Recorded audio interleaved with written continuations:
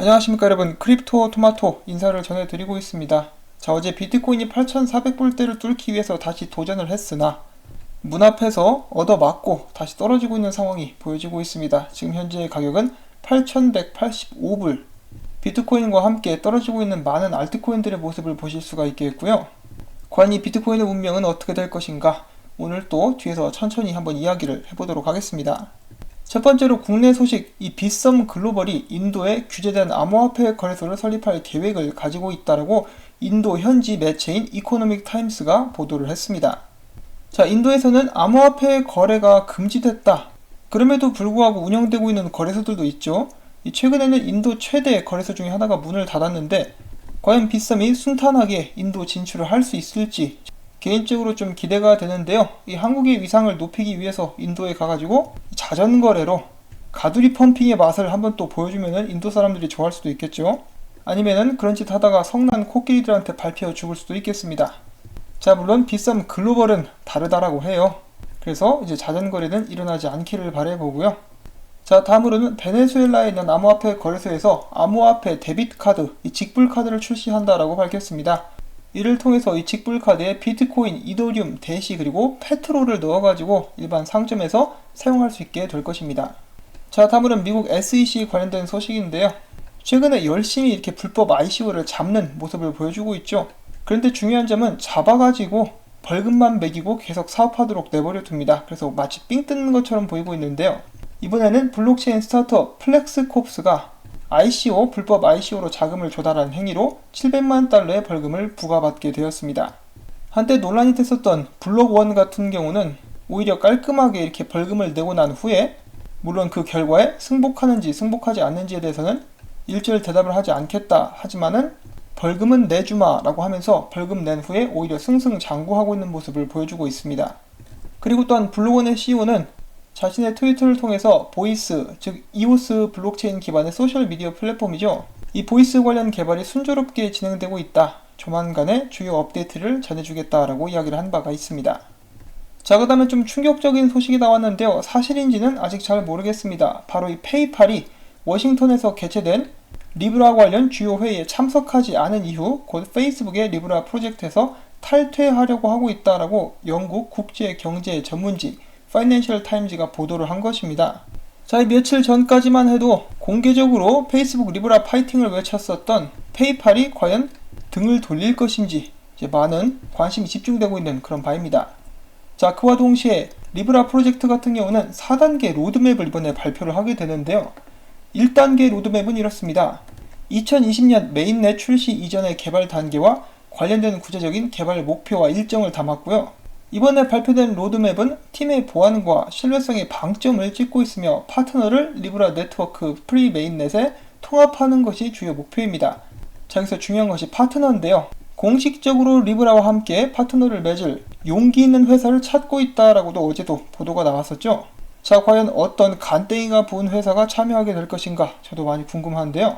계속해서 기사를 읽어보면은 구체적으로 리브라 블로그에 따르면은 리브라 협회는 총 4단계 메인넷 마일스톤 중 첫 번째 단계에서 5개의 파트너사를 선정해서 네트워크 노드를 운영하고 마지막 4번째 단계에서는 약 100개의 파트너사가 네트워크 노드에 참여하게 된다고 합니다. 자, 과연 그렇게 될 수 있을 것인가? 일단 첫 번째 파트너를 찾는 것이 가장 주요하게 작용을 하게 될 것 같습니다. 자, 그 다음에 제가 좀 재미있는 그런 소식을 가지고 와봤습니다. 지금 보시는 페이지는 삼성의 VR 페이지입니다. 다가오는 미래에는 이런 식으로 게임 스트리밍도 VR 형식으로 하게 될 것이라고 하는데요. 여기 세타 토큰의 로고가 보이고 계시죠? 이런 식으로 스트리밍을 하게 되는데, 이 스트리밍을 발전시키기 위해서 이런 스트리밍을 공유하고 널리 알리는 사람들에게 보상으로 T-Fuel 토큰을 주게 될 것이다 라고 합니다. 지금 영상 같은 경우는 이렇게 스크린이 나와 있는데 제가 좀 전에 본 영상은 아예 이제 VR 형식으로 게임 안에 들어가가지고 스트리밍이 가능하다라고 하더라고요. 그러니까 말 그대로 이 안에 참여를 해가지고 3D 형식으로 실질적으로 어떻게 움직이는지, 캐릭터들이 움직이는 것을 마치 이제 축구나 스포츠 중계를 보듯이 바로 옆에서 이제 스트리밍을 할 수 있는 그런 영화 같은 기술 또한 나오게 된다라고 합니다. 대단하죠? 자, 아무튼 이런 스트리밍을 공유하시면은 T-Fuel 토큰을 받으실 수가 있겠습니다. 삼성과 함께 하는 것이니까 이제 지원이 좀 잘 되지 않을까 싶네요. 자, 아무튼 멋있습니다. 어지럽기도 하네요. 자, 다음은 이더리움 분석에 관한 기사입니다. 이더리움 단기 가격 목표는 180달러나 230달러가 될 것이다. 이더리움 같은 경우는 비트코인의 매도 압력이 증가하면서 160달러대까지 주저앉았었지만 현재 다소 반등해서 170달러 지지선을 간신히 유지를 하고 있는 그런 상황입니다. 암호화폐 분석과 크립토 게인즈 같은 경우는 현재 이더리움 차트는 좋아 보인다. 이더리움 시세가 곧 180달러를 회복하게 될 것이다 라고 전망을 했습니다. 또 다른 분석가인 닉 파텔은 최근 블로그 게시물에서 이더리움이 수개월 이래 최고가인 230달러까지 치솟을 수 있다. 하지만 그 전에 현재 수준에서 통합, 바닥 다지기에 직면할 수 있다라고 이야기를 했습니다. 그래서 단기적으로는 어쩔지 모르겠지만은 중장기적으로는 상승할 가능성이 높다라고 이야기를 하고 있는 것이라고 생각을 해볼 수가 있겠습니다. 스위스 6 거래소가 비트코인과 이더리움을 기반으로 한 ETP 지수를 상장하게 되었습니다. 비율은 9대 1이라고 합니다. 얘네들은 그 전부터 ETP 많이 상장했었던 애들이기 때문에 새롭지는 않죠. 글로벌 디지털 자산 브로커 업체인 BCB 그룹이 최근에 발표한 보고서를 인용해서 비록 최근 비트코인 가격이 크게 하락했지만 기관 투자자들은 여전히 비트코인과 기타 암호화폐에 많은 관심을 보이고 있다고 전했습니다. 저는 당연하다라고 생각을 하고요. 이제 비트코인이나 암호화폐 같은 경우는 시총이 굉장히 작은 상태라서 노다지라고 볼 수가 있겠습니다. 시기를 잘 맞춰가지고 터트리면 엄청난 수익을 가져올 수가 있겠죠. 자, 다음은 브레이브 브라우저에 관련된 소식인데요. 브레이브 브라우저 PC 버전에서 버전 이름은 0.69 버전입니다. 여기에서부터 이제 페어 거래를 지원하게 됐다라고 하는데요. PC 버전을 통해서 브레이브 보상 지갑에 있는 베이직 어텐션 토큰을 기타 암호화폐 또는 법정 화폐로 교환할 수 있게 된다고 합니다. 자, 이 브레이브 브라우저가 사용하고 싶으신 분들은 제가 언제나 링크를 항상 걸어놓고 있기 때문에 그 링크를 사용하셔서 이제 브레이브 브라우저를 모바일용 혹은 PC 버전으로 다운을 받으실 수가 있습니다. 한 가지 부탁드리고 싶은 것은 브레이브 브라우저를 사용하실 경우에 주소창 옆에 사자 머리가 있습니다. 그 사자 머리를 누르시면은 해당 사이트에서 광고 차단 기능을 해제를 하실 수가 있는데요. 유튜브 쪽에 광고 차단 기능을 해제를 해주시기를 또 부탁을 드리고 싶습니다. 이제 저도 그렇지만 유튜버들은 이 광고가 없으면 먹고 살 수가 없어서요. 그런 점들은 이제 좀 도와주시면 감사드리겠고요. 자, 그럼 다음 소식 가보도록 하겠습니다. 미국의 암호화폐 거래소 코인베이스가 조만간에 트레이딩 수수료를 또 올릴 예정이라고 합니다. 아주 그냥 개똥 같은 놈들이네요. 자, 그 다음에 미국 오하이오주에서 비트코인 세금 납부를 이제 중단하겠다, 이 서비스를 중단하겠다라는 소식이 나왔습니다. 그 이유는 바로 디지털 통화 세금 납부를 위한 웹사이트가 주 예금위원회 사전 승인이 필요하기 때문이다라고 이야기를 하고 있는데요. 그동안에도 이렇게 암호화폐를 직접 납부하는 것이 아니라 여기 있는 비트페이가 중간에 껴가지고 납세자들이 암호화폐로 납부를 하면은 비트페이가 미국 달러로 바꿔가지고 국세청에 전달을 하는 그런 방식이었었습니다. 자, 아무튼 오하이오주는 2018년 11월부터 비트코인을 이용한 세금 납부 서비스를 시작했었는데 이후 10개월 동안 이 서비스를 통해서 세금을 납부한 업소가 10곳도 안 되는 것으로 알려져 있습니다. 자, 그 반면에 미국 정치권에서는 이 암호화폐로 정치 후원금을 받는 움직임이 계속해서 일어나고 있는데요. 여기 있는 이 여성분, 미국 명문 스탠퍼드대 출신의 엔지니어 에거사 바세라라고 되어 있고요. 내년 3월 캘리포니아주에서 열리는 민주당 예비선거에 출마하면서 현 낸시 펠로시 하원 의장과 경선을 치를 예정입니다. 그리고 또한 이분은 선거 자금을 코인베이스를 통해서 비트코인, 비트코인 캐시, 이더리움, 라이트코인, USDC 스테이블 코인으로 받고 있다라고 이야기를 해주고 있죠. 자, 이런 움직임 한국에서도 나중에 나오게 되지 않을까요? 정치인들은 돈을 좋아하기 때문에 충분히 가능할 것 같습니다. 근데 돈 싫어하는 사람은 없죠, 사실.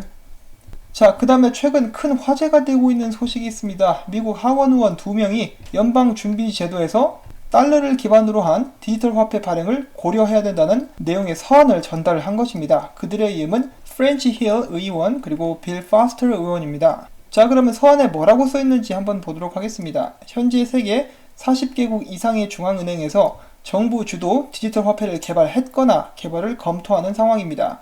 디지털 통화의 잠재력을 고려한다면 달러 기반의 디지털 통화를 만드는 것은 신속히 진행되어야 하는 프로젝트일 수 있습니다. 두 의원은 국가 디지털 화폐 개발을 통해 통화 및 금융 시스템의 안정성 및 유연성을 높일 수 있다고 언급하며 연방준비제도의 적극적인 움직임을 촉구했습니다. 얼마 전에 폼플리아노도 똑같은 이야기를 했었죠. 이렇게 하지 않으면 미국은 뒤처지게 될 것이다. 자, 그리고 여기에 이어서 연타가 이어집니다. 미주리주 커뮤니티 뱅킹 컨퍼런스에서 필라델피아 연방준비제도의 의장 패트릭 헬커는 중앙은행들이 디지털 화폐를 발행하는 것은 필연적인 것이다. 디지털 화폐를 발행하는 첫 번째 국가가 미국이 될 필요는 없지만 지금부터 서서히 준비해야 된다라는 의견을 남겼습니다. 자, 미국 하원 의원에 이어서 연방준비제도 쪽에서도 달러 기반의 디지털 화폐를 발행하는 것에 대해서 조금씩 마음을 열어가고 있는 모습들이 보여지고 있습니다. 자, 과연 제롬 파웰은 여기에 대해서 무엇이라고 할 것인가? 많은 기대가 되네요. 한편 미국 경제는 여러분들도 뉴스를 보시면 아시겠지만은 점차 안 좋아지고 있습니다. 자, 그리고 최근에 비트코인 가격 급락의 이유로서 계속해서 지목되고 있는 것이 바로 벡트의 부진이죠. 그럼에도 불구하고 장기적 전망은 긍정적이다. 이것은 비트코인을 저가로 매수할 수 있는 기회가 될 수 있다라는 발언이 나왔습니다. 또 살짝 보고 가면은 암호화폐 투자펀드 이키가이의 최고 투자 책임자가 이렇게 이야기를 한 것입니다. 지금 현재 벡트가 좀 부진을 보이고 있지만은 이 혼란이 해소되고 나면은 비트코인은 상승세로 돌아가서 18개월 내에 전고점이었었던 2만 달러를 경신하게 될 것이다. 이 밖에 디지털 자산 리서치 회사인 델파이 디지털 같은 경우는 많은 암호화폐 투자자들이 벡트 출시에 실망한 것으로 보이지만 기관과 전문 투자자들이 새로운 제품에 익숙해짐에 따라 벡트 선물은 느리지만 꾸준히 거래량이 늘어나게 될 것이라고 믿는다 라면서 장기적으로 낙관적인 투자자들은 현재 낮은 가격을 저가 매수의 기회로 삼을 수 있어 기뻐해야 된다라고 말을 했습니다. 자, 이런 상황에서 이 비트코인 전망을 낙관적으로 보고 있는 사람들이 있다라고 하는데요. 또 한번 살펴봐야겠죠. 첫 번째로 트위터에서 인기 있는 암호화폐 분석가 조시 머식인데요. 최근에 그는 트윗에서 현재 비트코인 차트는 8,750달러대까지 상승할 가능성이 있는 강세적 역머리 어깨형 패턴, 그러니까 역 헤드앤숄더 패턴이라고 이야기를 하고 있는 것 같죠. 이거를 역머리 어깨형이라고 하니까 되게 어렵게 들리는데, 자, 아무튼 이 패턴을 형성하고 있다. 이 비트코인이 여전히 단기적으로 강세를 보일 가능성이 있다는 점에 주목해야 된다라고 이야기를 했습니다.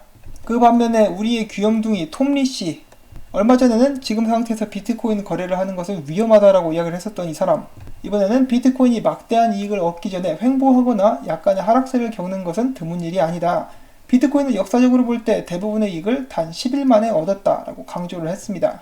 다만 그는 글로벌 경제의 불확실성이 지속되면 비트코인도 약세 또는 정체 상태를 유지할 수 있다는 지적을 남겼습니다. 안 믿어. 자, 그러면 이번에는 비트코인의 하락을 보고 있는 사람들의 의견 또 들어보도록 하겠습니다. 이 비트코인 같은 경우는 최근에 7,700불대까지 떨어졌었다가 한꺼번에 8,300불 혹은 400불, 500불대까지 위로 쏘아 올린 그런 모습을 보여줬었죠. 사실 이렇게 상승했던 것이 가짜 상승이었다라고 사람들은 이야기를 하고 있습니다. 이 기사 자체는 내용이 별거 없어요. 이제 벡트 이야기를 또 하고 있는데, 그 다음 기사를 보게 되면은 여러 가지 이제 분석가들의 의견을 볼 수가 있습니다. 비트코인은 어째서 9,000달러 아래로 떨어졌는가, 그리고 지금 어디로 향하고 있는가 라는 제목의 기사입니다. 여기서도 이유는 벡트를 들고 있는데요. 일단 의견, 레저 스테이터스라고 알려진 이 분석가의 의견을 들어보면요. 비트코인이 최근 3달간의 타이트한 축적 기간을 거쳤는데 여기서 움직임의 방향을 결정할 그런 이유가 필요했었다. 이번에 비트코인이 하락할 때 중요 이동 평균들을 뚫고 떨어져가지고 하락이 가속화된 것은 아닌가 싶다. 특히 20주 이동 평균은 불장과 하락장 때 각기 지지 및 중요 저항선으로 역할을 했었다. 근데 이것을 뚫고 떨어졌기 때문에 이제 또 강한 저항선이 생겼다라고 이야기를 해주고 있고요. 이 기사에서 톰베이스의 이야기도 싣고 있는데요.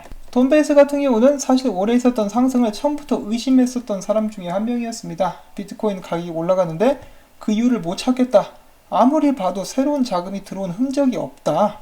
저번 불장 때 같은 경우는 전고점을 돌파할 때 막 2만 달러 이렇게 올라갈 때 정말 많은 새로운 자금들이 흘러들어오는 것을 볼 수가 있었는데 올해는 그런 게 쥐뿔도 없었다. 그래서 떨어지는 것이 당연하다. 이런 식으로 이야기를 해주고 있죠. 그 다음에 크립토 크레드 같은 경우는 비트코인이 축적 기간을 거친 후에 올라가는 것을 기대를 했었는데 떨어졌다. 이는 시장의 힘이 빠졌다라는 것이고 당연히 또 지지선을 깨고 떨어지는 것은 좋지 않다라고 이야기를 해줍니다. 자, 그 다음엔 이 크록스 가드의 분석인데요. 비슷한 점이 있다면은 이제 며칠 전 분석과 비슷합니다. 일단 비트코인이 다시 8,400불, 이제 200일 이평선 위로 올라가 줘야 되고, 그렇게 되고 난 후에 이제 9,000불대를 넘볼 수가 있겠지만은 그렇게 하지 못하면은 지금 상황으로 봐서는 아무래도 그렇게 하지 못할 가능성이 많은데 조만간 좀 횡보를 거치다가 결국 6,000불대로 떨어지게 되지 않을까라고 생각을 하고 있습니다.